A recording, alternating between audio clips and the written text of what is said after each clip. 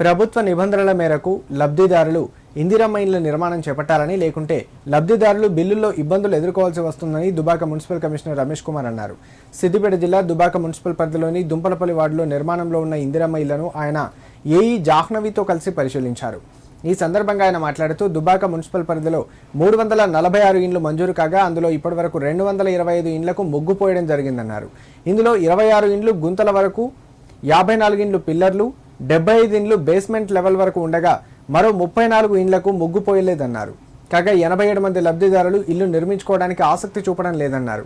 32 ఇండ్లకు ఒక్కో లక్ష బిల్లు మంజూరు కాగా 3 లబ్ధిదారులు తమ ఇండ్ల నిర్మాణం సజ్జల లెవెల్ వరకు పూర్తి చేశారన్నారు.